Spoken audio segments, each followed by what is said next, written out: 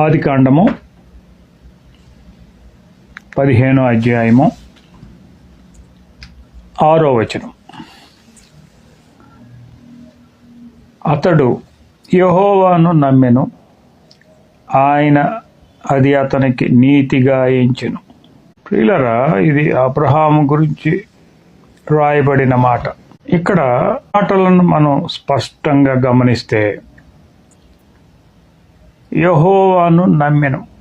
ఇక్కడ చూడండి, యెహోవా నమ్మటము, నీతి ఎంచటము అనే ఇక్కడ కనపడతాయి.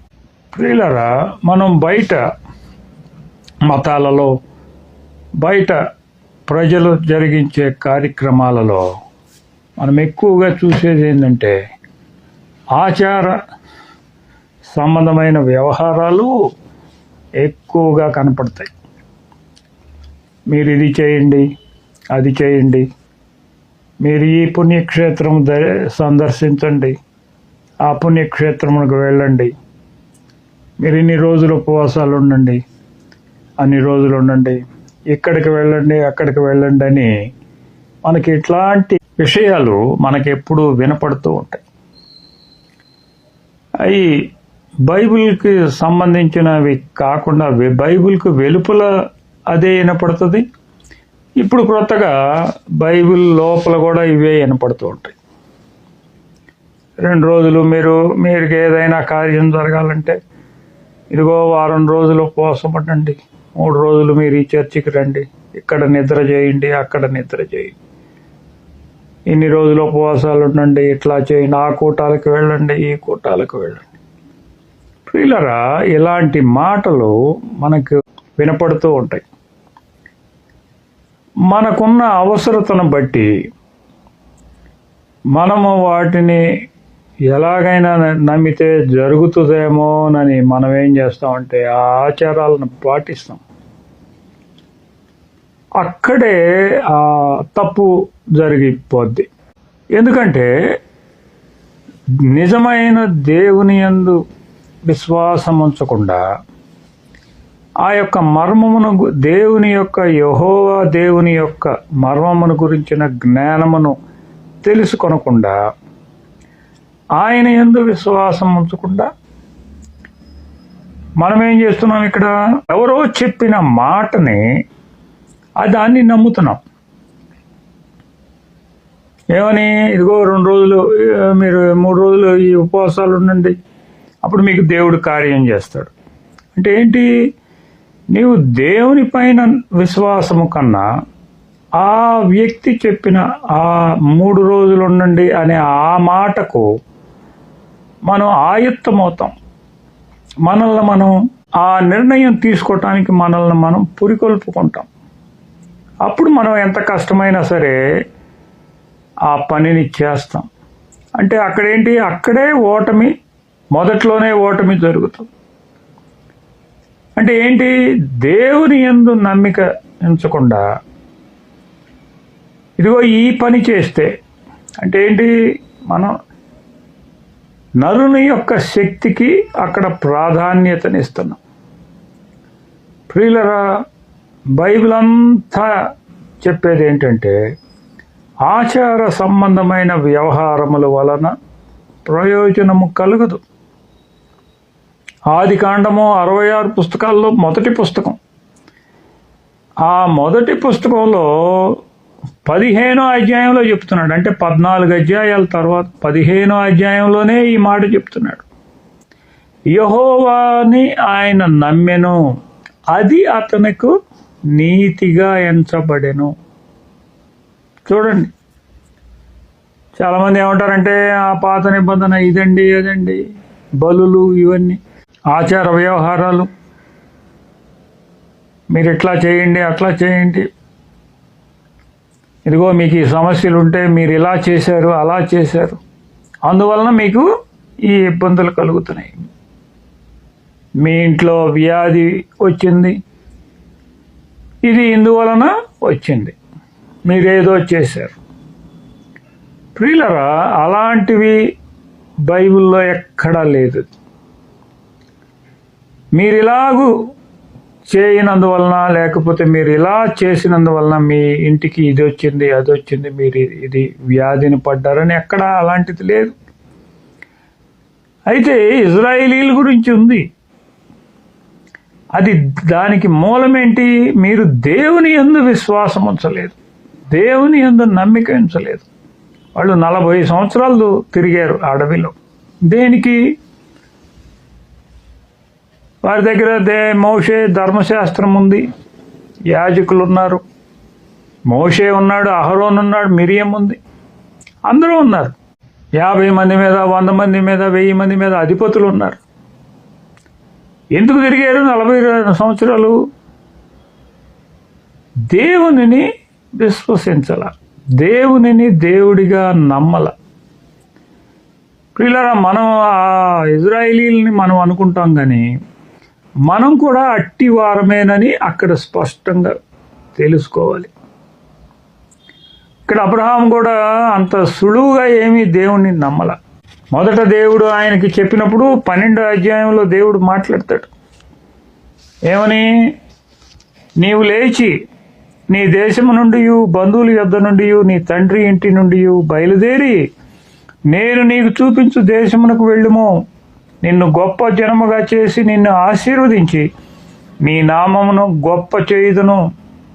నీవు ఆశీర్వాదముగా నుందువు. నిన్ను ఆశీర్వదించు వారిని ఆశీర్వదించదను, నిన్ను దూషించు వారిని శపించదను. భూమి యొక్క సమస్త జనులు నీ యందు ఆశీర్వదించబడుదురని అబ్రాహాముతో అనగా, యెహోవా అతనితో చెప్పిన ప్రకారం అబ్రాహాము వెళ్ళెను. అయితే ప్రియులరా, బయలుదేరాడు, కానీ ఆయన ఒక చోటకు వచ్చి స్థిరంగా ఉండడు. స్థిరంగా ఉండకుండా 9వ వచనం 12వ అధ్యాయంలో చూడండి. అబ్రాహాము ఇంకా ప్రయాణము చేయుచు దక్షిణ దిక్కుకు వెళ్ళెను అన్నట్టు. ఒక చోట బలిపీఠం కట్టాడు. ఆ బలిపీఠం కట్టిన చోట ఆగల. కానీ అక్కడ ఏమన్నాడు? అబ్రాహాము ఇంకా ప్రయాణము చేయుచు దక్షిణ దిక్కుకు వెళ్ళి, ఆ తర్వాత దక్షిణ దిక్కుకు వెళ్తే ఏమైంది? ఇబ్బందుల్లో పడతాడు. భార్య బహు సౌందర్యవతి. ఐగుప్తు దేశంలో ఫరో ఎదుట అధిపతులు పొగడగలిగిన సౌందర్యము కలిగిన సౌందర్యవతి. అక్కడ ఆయన అబద్ధం చెప్పాల్సి వచ్చింది, చంపేస్తారేమోనని.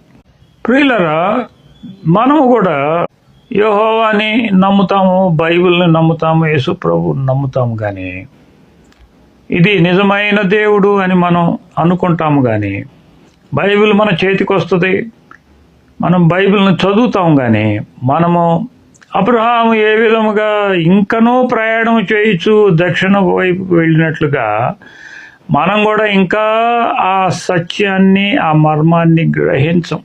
ఇంకా ఆయన ప్రయాణించినట్లుగానే మనం కూడా ప్రయాణిస్తూనే ఉంటాం. ఒకచోట ఆగిపోము. కారణం ఏంటి? మనము నమ్మము. ఇదిగో దేవుడు మాట్లాడాడు అబ్రహాం తోటి. మనము ఏ విధముగా విగ్రహారాధన చేయు యెహోవా నెరుగని ప్రజల మధ్య నుంచి మనం ఏ విధంగా వచ్చామో అబ్రహాం కూడా అదే విధంగా వచ్చాడు. అబ్రహాం యొక్క పూర్వీకుల గురించి ఎక్కువగా బైబిల్లో రాయబడలేదు, కానీ అక్కడ ఇక్కడ కొంత చరిత్ర బయట దొరుకుతుంది. అబ్రహాము యొక్క తండ్రి రాజు యొద్ద ప్రధానమైన అధికారంలో ప్రధానమైన పాత్ర వహించిన వ్యక్తి. అబ్రహాం గురించి కొంత చరిత్ర ఉంటుంది. అది నిజమో కాదో మనకు తెలియదు. అయితే ఒకటి మాత్రం మనకు గ్రహించవలసింది ఏంటంటే, విగ్రహారాధన చేయు ప్రజల మధ్య ఉండిన అబ్రహాము నీ దేవుడు ఆ జనాంగము నుండి బయటకు తీసుకొస్తాడు. అది ఒకటి మాత్రం ఖచ్చితం. అలాగే మనం కూడా అలాంటి ప్రజల మధ్య నుండి నా వారము, అలాంటి ప్రజలు, అలాంటి సంఘములు, అలాంటి సొసైటీల మధ్య ఉన్నవాళ్ళం కనుక ప్రియులారా, మనకు కూడా అంత సులువుగా ఈ దేవుని యందు విశ్వాసం ఉంచటం అనేది నమ్మలేము. ఎందుకు? దేవుడు కనపడడు. విగ్రహములు మనుషులు కనపడతారు కానీ దేవుడు కనపడడు. ఇక్కడ బైబిల్లో ఇది వాక్యం, ఇది కేవలం అక్షరం మాత్రమే. కనుక అంత సులువుగా మన మనస్సు నమ్మటానికి అంగీకరించదు, కనుక సమయం తీసుకుంటుంది. కనుక ప్రియులారా, ఎవరైతే చిన్న వయసులో ఈ సత్యాన్ని గ్రహించి సంపూర్ణమైన విశ్వాసం ప్రదర్శిస్తారో వారు ఈ అబ్రహాముకు ఇచ్చిన దేవుడిచ్చిన వాగ్దానం యొక్క ఫలములను వారు కూడా స్వతంత్రించుకుంటారు. నీవు దేవుని యందు విశ్వాసం ఉంచినప్పుడు, దేవునిని మాత్రమే నీవు సంధించినప్పుడు, దేవునికి మాత్రమే నీవు ప్రార్థన చేసినప్పుడు, ప్రార్థన చేసి మార్కు సువార్తలో యేసు ప్రభు ఏం చెప్తాడు? నీవు ప్రార్థన చేసినప్పుడు వాటిని పొంది ఉన్నామని నమ్ముడి. ప్రియులారా, మన మనస్సుని మనం ప్రశ్నించుకోవాలి. మనం దీర్ఘ ప్రార్థనలు చేసుకుంటాము, గోజాడతాము, ఏడుస్తాము, అడుగుతాము, బ్రతిమలాడతాము దేవుణ్ణి. కానీ ఇక్కడ యేసు ప్రభు ఏం చెప్పాడు? నీవు ప్రార్థన చేసినప్పుడు పొంది ఉన్నామని నమ్ముడి. చూడండి, కనుక మీరు ప్రార్థన చేయటానికి మొదలు పెట్టినప్పుడు ముందు ఒక 10 నిమిషాలు, 20 నిమిషాలు, అరగంట ఆలోచించండి. నేను దేని కొరకైతే ప్రార్థన చేస్తున్నానో, ఏ విషయం కొరకైతే దేవునిని అడుగుతున్నానో వాటిని ప్రార్థన చేయనప్పుడు అవి పొంది ఉన్నామనే ఆ నమ్మకం, ఆ విశ్వాసము నాకున్నదా? లేనట్లయితే, లేదు అని నీ మనస్సాక్షి నీ మీద మోపినప్పుడు నీవేం చేయాలి? ఆ విశ్వాసము కలిగేంత వరకు మౌనముగా ఉండాలి. విశ్వాసము దేవుని యందే విశ్వాసం. ప్రియులారా, ఇది నేను చెప్పేది ఇక్కడ ప్రకృతికి, మనం ఉన్న ప్రస్తుత సమాజానికి, ఈ పోకడకి కొంచెము కూడా కాదు, పూర్తిగా విరుద్ధము, చాలా విరుద్ధము. క్రైస్తవులు సైతం ఈ మాటను అంగీకరించలేరు. ఎందుకంటే నేను అనేక మార్లు చెప్తూ వస్తున్నా, ఈవేళ క్రైస్తవ్యం ఎలా ఉందంటే, ఆ విగ్రహములకు సంబంధించిన కార్యక్రమములు, మతములు, సంస్థలలో వారు ఏ విధముగా దేనిని ఆశించి వాటి వైపుకు వెళతారో, ఈ సంస్థలు, క్రైస్తవ సంస్థలు కూడా అదే పోకడ, తేడా ఏమి లేదు. అందుకనే ఇప్పుడు సంపదని సృష్టించే బోధలు, సంపదను ఏ విధముగా సృష్టించాలి, ప్రియులారా, ఇవి ఎక్కువైపోయినాయి. జ్ఞానాన్ని బోధిస్తున్నారు. ప్రియులారా, వాటి వలన ఆ కాసేపు హృదయం ఉప్పొంగుద్దు కానీ అసలు సత్యం వైపు మన హృదయం వెళ్ళదు. బైబిల్లో దేవుని వాక్యంలో లేని వాటిని, అసలు సత్యాన్ని మరిచి ఇవన్నీ ఎక్కువైపోయినాయి. మీకు ధనము, పెద్ద పెద్ద జీతాలు ఇచ్చే ఉద్యోగాలు, ఇవన్నీ ఇచ్చినప్పుడు మీరు ఆశీర్వదించబడినారు అంటారు. ఇవ్వనప్పుడు మీరు దేవునిని దూరం అయిపోయారు. కానీ ప్రియులారా, అది వాస్తవం కాదు. దేవుని యందు విశ్వాసం ఉంచడానికి, దేవుని కార్యములను చూడటానికి ఈ బాహ్య సంబంధమైన సంపదకి ఏమాత్రము సంబంధం లేదు. ఇజ్రాయేలీలు 400 సంవత్సరాలు బానిసత్వంలో ఉండి వాళ్ళు కొరడా కింద ఉండారు.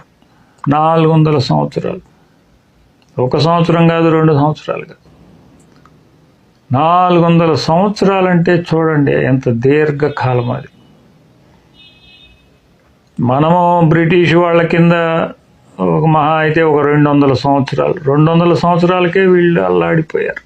400 సంవత్సరాలు అంటే చూడండి, అది కూడా కొరడా కింద.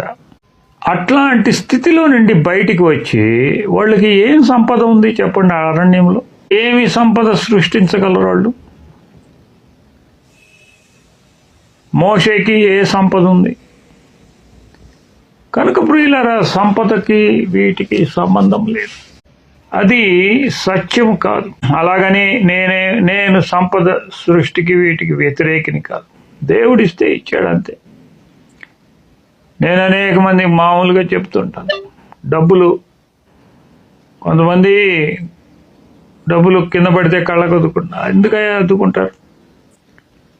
ధనమును మనం నెత్తి మీద పెట్టుకోకూడదు. అది మనం కారులో టైర్ పంక్చర్ అయినప్పుడు స్టెఫినీని ఏ విధంగా తీసుకొని పెట్టేసి మళ్ళా లోపల పెట్టేసి వెళ్తామో అదేవిధంగా ధనాన్ని మనం అట్లా వాడుకోవాలి, మన అవసరానికి తగ్గట్లుగా వాడుకోవాలి. కానీ ఇక అదే జీవిత పరమార్థం కాకూడదు.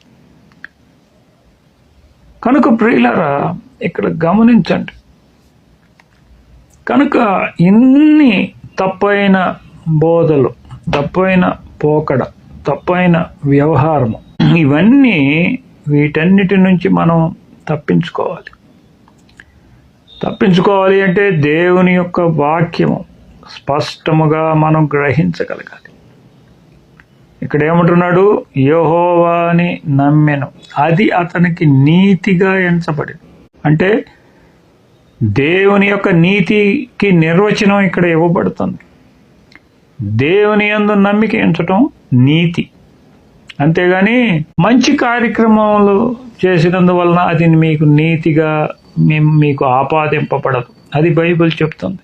అన్నదానం చేయటం, వస్త్రదానం చేయటం, ఇంకా రకరకాల దానాలు, రకరకాల మంచి పనులు ఈ లోకంలో ఉన్నాయి. అసలు నీ సృష్టికర్తను నీవు తెలుసుకొనకుండా, నిన్నెవరు సృజించారో నీవు అది గుర్తెరగకుండా ఇవన్నీ చేసినందువలన ప్రయోజనం ఏముంది? యెహోవా దేవుని యందు విశ్వాసం ఉంచకుండా ప్రయోజనం లేదు. ప్రియులరా, నీవు దేవుని యందు విశ్వాసం ఉంచినప్పుడు అబ్రహామును దేవుడు ఏ విధముగా ఆశీర్వదించాడో, ఏం పలికాడో అవి నీకు నాకు జరుగుతాయి. నీవు ఒక్కదానివి, నీవు ఒక్కరివి, నీవు దేవుని యందు విశ్వాసం ఉంచితే నీలో నుంచి అనేక మంది జనాంగం వస్తారు, నీలో నుంచి రాజులు లాంటి వాళ్ళు వస్తారు. అంటే విశ్వాసపు వీరులు వస్తారు నీ సంతానముల. నీ ఒక్కదానివి విశ్వాసం ఉంచితే ఈ చెత్తంతటిని పక్కకి నెట్టి దేవునిని మాత్రమే, ఏ నరునికి ఏ శక్తి ఆపాదింపకూడదు, దేవునికి మాత్రమే నీవు విశ్వాసం ఉంచినప్పుడు, దేవుని వాక్యానికి మాత్రమే నీవు విధేయత చూపినప్పుడు నీ సంతానము ఆకాశ నక్షత్రముల వలె ఉంటారు. అంటే ఏంటి దాని అర్థం? నీ సంతానం ఉంటుందని అంటే బాహ్య సంబంధమైన, శరీర సంబంధమైన సంతానము కాదు. అక్కడ నీవు ఒక్కతివి విశ్వాసం ఉంచితే అది చరిత్రకు మూలమవుతుంది. నీవు చరిత్రని సృష్టిస్తావు. అంటే నిన్ను బట్టి అనేక మంది నీకు తెలియకుండా నీవు మరణించిన తర్వాత కూడా నీ విశ్వాసము కొనసాగింపబడతానే ఉంటుంది. చూడండి, అది అక్కడ మర్మం. కనుక ఇక్కడ ప్రధానమైనది విశ్వాసము, నమ్మకము. అతడు దేవుని నమ్మెను, అది అతనికి నీతిగా ఎంచబడెను. ప్రియులరా, దీనిని మనము పోగొట్టుకోకూడదు. అనేక మంది అనేక రకాలుగా వస్తారు, ఇక్కడికి రండి, అక్కడికి రండి. ప్రియులరా, నేను సులువుగా చెప్తాను. నేను దేవుణ్ణి అడిగాను, అయ్యా ఏంటి మేము అక్కడి నుంచి ఇక్కడికి వచ్చాము, ఈ అసలు ఈ భక్తి గురించిన మర్మం ఏంటి? నేను చిన్నప్పటి నుంచి బైబిల్ చదువుతూ వచ్చాను, కానీ ఆ మర్మము బోధపడేది కాదు. ఎంతో ఆ కోటాల్లో దేవసాయం గారితో చాలా కష్టపడేవాడిని. నన్ను అసలు ఆయన పోనిచ్చేవాడు కాదు. ఎందుకంటే నన్ను ఎందుకు పోనీయడంటే నమ్మకంగా పనిచేసేవాడిని. ఆ కోటాలలో ఆయన ఏది చెప్తే అది చేసేవాడిని. ఇది చెయ్యను అనేవాడిని కాదు. తోడ్పురం ఉద్యోగ కోటాలకు ముందు వాడరేవులో 30 రోజులు ఉపవాస ప్రార్థనలు జరిగాయి. కొన్ని అంశాలు ఉంటాయి, ఆ అంశాలన్నింటినీ రాసుకుని, అది డానియల్ గారు చెప్పారు ఆయనకి. ఆ అంశాలన్నింటిని బట్టి ఉపవాస ప్రార్థనలు జరిగాయి. ఆ వాడరేవు దగ్గర సముద్ర పొడ్డున ఒక స్కూల్ని అద్దెకు తీసుకుని ఈ తుఫాన్ షెల్టర్ ఉంటుంది కదా, ఆ షెల్టర్లో పెట్టేవాళ్ళు. దేవునిని మనం ఉన్నది ఉన్నట్టుగా దేవుని వాక్యాన్ని నమ్మినప్పుడు మనం అనేకమైన జయాలను చూస్తాం. అట్లనే నేను అనేక సంవత్సరాలు దేవుని అడిగి అయినా వాళ్ళ మధ్య దేవుని సేవకుల మధ్య పరిచర్య చేస్తున్నా కూడా నేను దేవుణ్ణి అడిగా, ప్రభువా ఏంటి మేము దానిలో నుంచి దీనిలోకి వచ్చాము, నన్ను సర్వసత్యంలోనికి నడిపించమని అడిగాను. ఎందుకు అడిగానంటే దేవుని సేవకులు ఎక్కువగా ఆ రోజుల్లో ఈ మాట ఎప్పుడు వినపడతా ఉండేది. నామకార్థ క్రైస్తవులు అనే మాట వినపడుతూ ఉండేది నాకు. అప్పట్లో ఈ టీవీలు ఇవన్నీ లేవు కదా. Nominal Christianity. నాకు ఆ మాట అంటేనే ఒక రకమైన జుగుప్స, భయం. ఎందుకంటే దానిలో విగ్రహారాధనకు సంబంధించిన వ్యవస్థలో నుంచి వచ్చి ఇక్కడికి వచ్చి మళ్ళా మనం అసత్యంలో పడకూడదు కదా. మనం నడిపింపబడితే సత్యంలోనికే నడిపింపబడాలి. అది నా ఆలోచన. అందుకని దేవుణ్ణి అడిగాను, ప్రభువా ఇట్లా నన్ను సర్వసత్యంలోనికి నడిపించాయా అంటే దేవుడు సర్వసత్యంలోనికి నడిపించాడు. వివాహమైంది, పిల్లలు కలిగిన తర్వాత చిన్న పిల్లలుగా ఉన్నప్పుడు ఒకరోజు జాన్ వెస్లీ, జో గారు రాసిన జాన్ వెస్లీ జీవిత చరిత్ర క్లుప్తంగా రాశారు. జాన్ వెస్లీ గారి జీవిత చరిత్ర 2 పెద్ద వాల్యూమ్స్లో ఉంటుంది. దాన్ని క్లుప్తంగా చిన్న పుస్తకంలో రాశారు. అది చదువుతున్నప్పుడు అక్కడ నాకు మనోనేత్రాలు వెలిగింపబడినాయి. అక్కడ జాన్ రాస్తారు, వాట్ ఈజ్ ఫెయిత్ అంటే విశ్వాసం అంటే ఏమిటి. అప్పుడు నేను అది ఆ ఫెయిత్ అనే మాటకు ఆక్స్ఫర్డ్ డిక్షనరీ తిరిగేస్తే వచ్చిన అర్థం ఏంటంటే అబ్సల్యూట్ ట్రస్ట్, అంటే సంపూర్ణమైన నమ్మిక. ఇప్పుడు నాకు ప్రశ్న మొదలైంది, సంపూర్ణమైన నమ్మిక దేనిపైన అంటే జాన్ వెస్లీ కింద రాస్తాడు, జో గారు రాస్తాడు జాన్ వెస్లీ గురించి, on the word of God, దేవుని వాక్యము పైన. ప్రియులారా, అది గ్రహించిన తర్వాత అప్పటి వరకు చదివిన బైబిల్ వేరు. ఆ తర్వాత నాకు బైబిల్ చదువుతుంటే బైబిల్ ఎంతో ఇష్టంగా ఉండేది. ఎందుకు? దేవుని వాక్యాన్ని నమ్మాలి, దేవుని వాక్యానికి విధేయత చూపాలి, ఉన్నది ఉన్నట్టు అంతే, ఇంకా కుడి ఎడమ వేరే లేదు.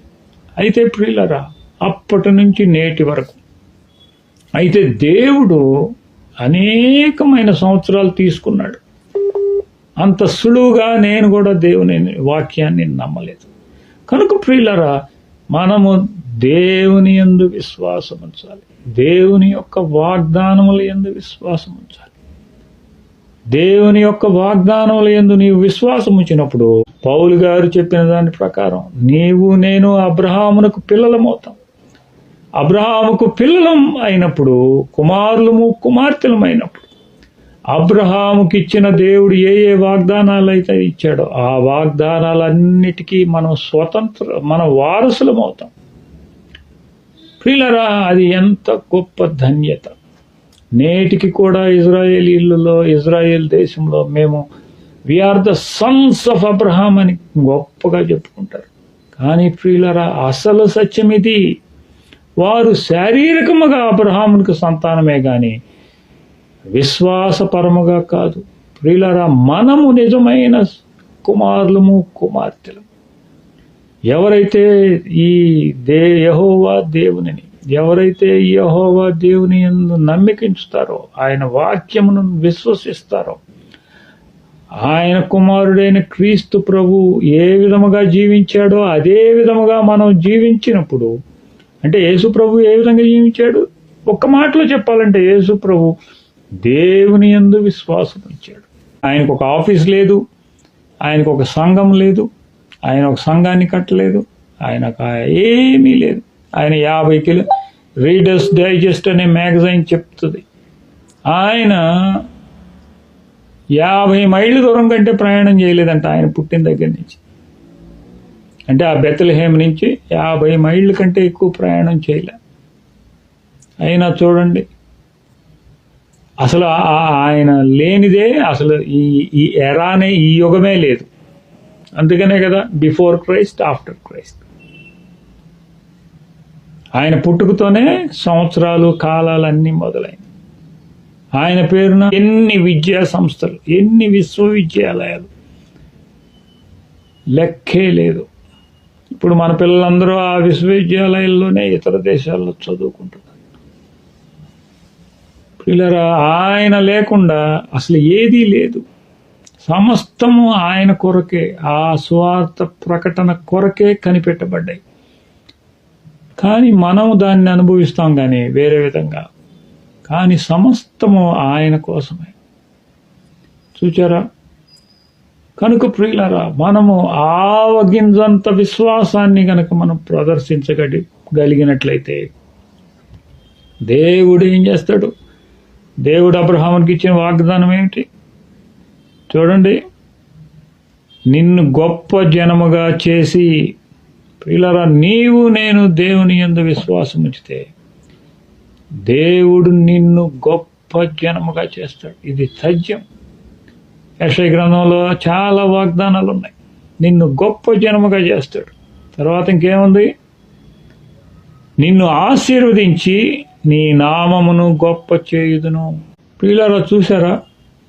డాన్లే గారు ఒక్కరే, తర్వాత జో గారు, అమ్మగారు, వారు ఇప్పుడు చనిపోయినా మాట్లాడుతున్నారు. ఇంకా జీసస్ కాల్స్ దినకరన్ గారు, సాధు సుందర్ సింగ్ గారు, ఇంకా పండిత రామాబాయి. ఇప్పటికీ పండిత రామాబాయి పేరు మీద పెద్ద ఇన్స్టిట్యూట్ ఉంది. ఆమె విశ్వాసము దేవుని యందు మామూలుది కాదు. Madame Guyon, John Wesley, Hudson Taylor, ప్రియులరా, ఇక చెప్పే ఇలాంటి పెద్ద సాక్షి సమూహం, వారు చనిపోయినా మాట్లాడుతూనే ఉన్నారు. కనుక ప్రియులరా, ఈ ఆశీర్వాదాలన్నీ మనకు కలుగుతాయి. తర్వాత నీవు ఆశీర్వాదముగా నుందువు, నిన్ను ఆశీర్వాదించు వారిని ఆశీర్వదించెదను, నిన్ను దూషించు వారిని శపించెదను. ప్రియులారా, నేను పనిచేసే చోట అసూయకు గురవుతూ ఉంటాం. ఎందుకంటే చిన్న వయసు వాళ్ళు నాతో పోటీ పడలేరు. ఏ కారణం చేతనో నేనంటే ఇష్టపడరు. ఎందుకు? అసూయ చేత. ఆడేది నేనేమి చేయను. నాకు శ్రమ కలుగు చేస్తారు, నా మీద అపనిందలు, నిందలు మోపుతారు. ప్రియులారా, అయినా నేను వారిని తిరిగి శపించడానికి ఇష్టపడను. ఎందుకంటే పాపం వాళ్ళకి తెలియదు, వాళ్ళకు సత్యం తెలియదు. చూసారా? అంటే దేవుడు నీకు సాత్వికతను నేర్పుతాడు. తర్వాత ఏమన్నాడు? భూమి యొక్క సమస్తము జనులు నీ యందు ఆశీర్వదింపబడుదురు. నీవు ఒక్కదానివి దేవుని యందు నమ్మికించితే అది నీతిగా దేవుడు ఎంచుతాడు. నీవు దేవునికి స్నేహితుడు అవుతావు. తర్వాత నీలో నీ యొక్క ఆశీర్వాదం వలన అనేక మంది వస్తారు. అది మనకు తెలియదు. కనుక ప్రియులారా, ఇది ఎంత స్వాస్థ్యమో గ్రహించాలి. ఇవన్నీ ఏంటి? ఎంత సంపాదిస్తారు? నేను ఒక స్నేహితునితో మాట్లాడితే, మా ఊరి అతను, నేను అంటున్నా, ఎంత సంపాదిస్తారయ్యా? సంపాదించారు, బాగా సంపాదించారు అంటే ఎంత సంపాదిస్తారు? మహా అయితే ఒక 10 కోట్లు లేదా 20 కోట్లు, అంతేనా? అంతటితో ఒక ఆత్మ యొక్క విలువ అంతేనా? కాదు ప్రియులారా. కనుక దాని వైపు చూడొద్దు. విశ్వాసము ప్రధానము.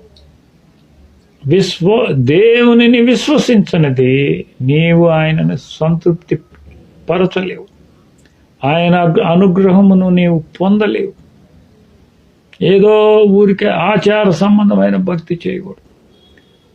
ఎప్పుడైతే నీవు దేవునిని విశ్వసిస్తావో దేవుడు నీకు సమస్త జ్ఞానాన్ని దయచేస్తాడు.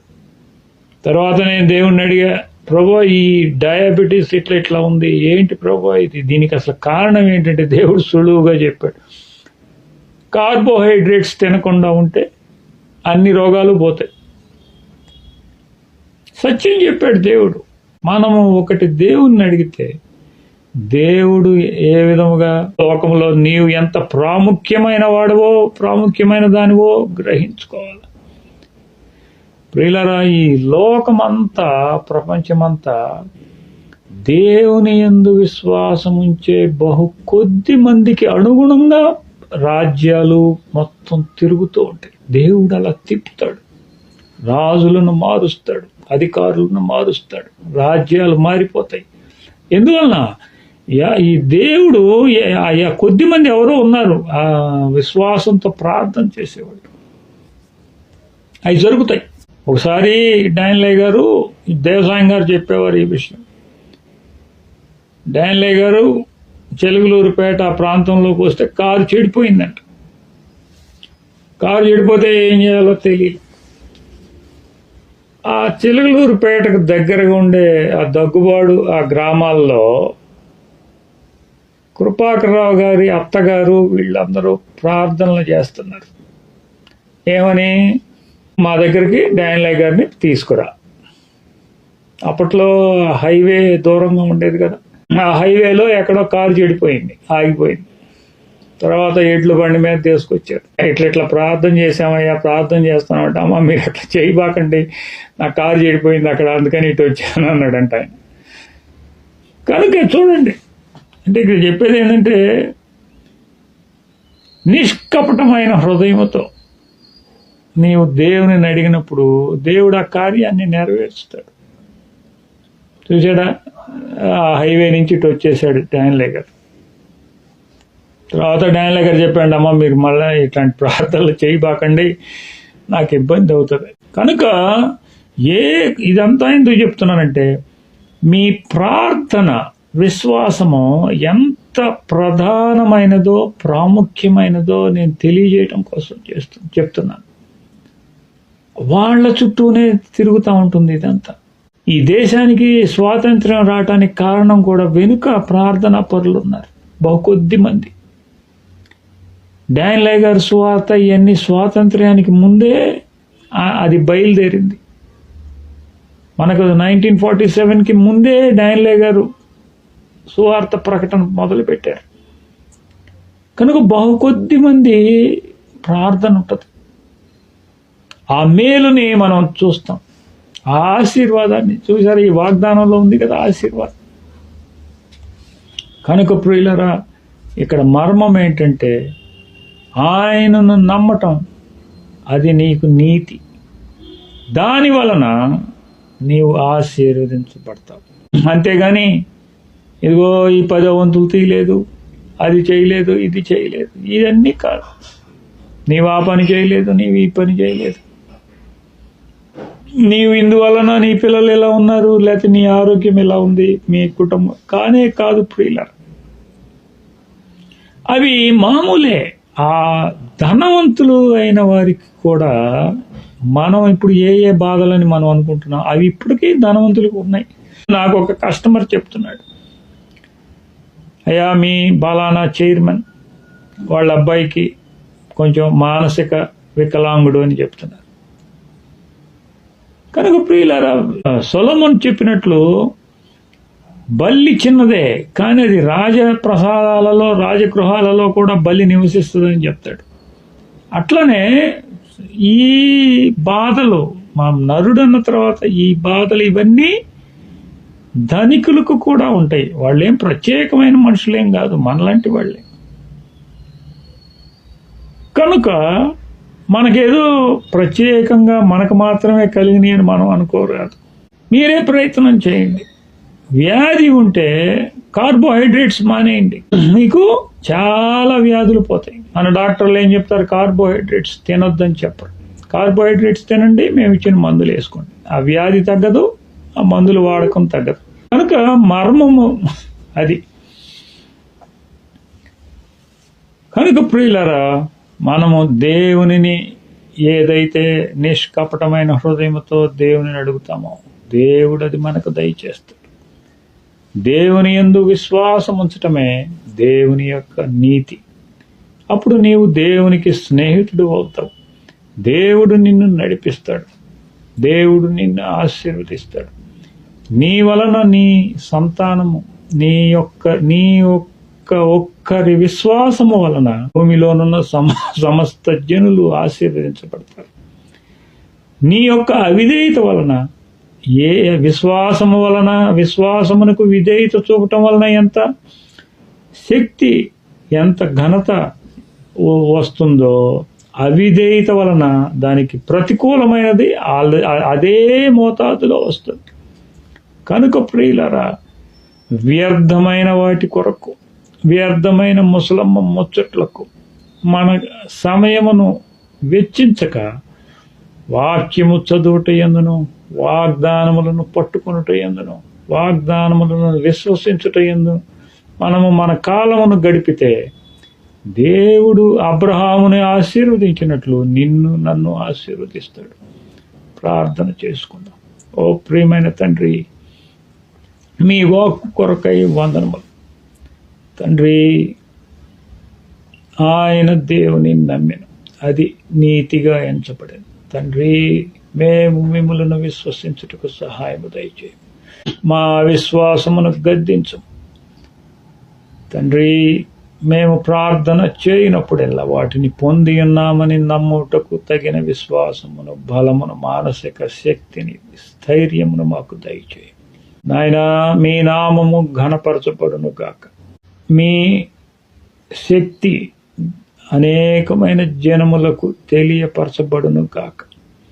మీ కుమారుడైన క్రీస్తు ప్రభువును మీరు లేపుటలో, మృతులలో నుండి మొదటి పునరుద్ధానుడుగా లేపుటలో మీరు వినియోగించిన ఆ బలాతిశయమును తండ్రి మా యందును వినియోగించి తద్వారా మిమ్మల్ని మీరు మహిమపరచుకొనమని నజరేయుడైన యేసు నామమున వేడుకొని ప్రార్థన చేయుచున్నాం తండ్రి. ఆమేన్. మన తండ్రి అయిన దేవుని యొక్క ప్రేమయు, కుమారుడైన క్రీస్తు ప్రభువు యొక్క కృపయు, పరిశుద్ధాత్మని యొక్క నిత్య సహవాసమును ఇప్పుడును ఎల్లప్పుడును మనకు తోడయ్యుండి మనలను సర్వ సత్యములోనికి నడిపించును కాక. ఆమేన్.